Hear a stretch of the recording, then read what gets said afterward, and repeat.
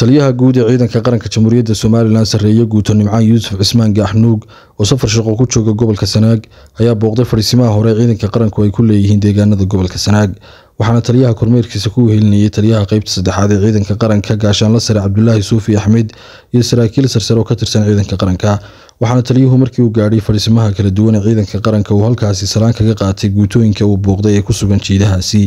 waxaana halkaasi ku soo dhaweeyay taliyaha qaybta saddexaad ee ciidanka taliyayaasha guutooyinka halkaasi ku sugan kuwaas oo dhammaantoodba uga warramay xaaladda guud ee ciidamada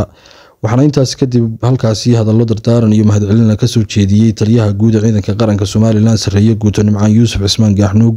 oo ciidamada qaranka ku ammaanay dadaalada nafurnimada ay har iyo habeenba heeganka ugu jiraan waxaana taliyuhu sidoo kale sheegay in ciidanka guud ahaanba ay heegan ku jiraan isla markaana xuduudaha dalku ay xidhan yihiin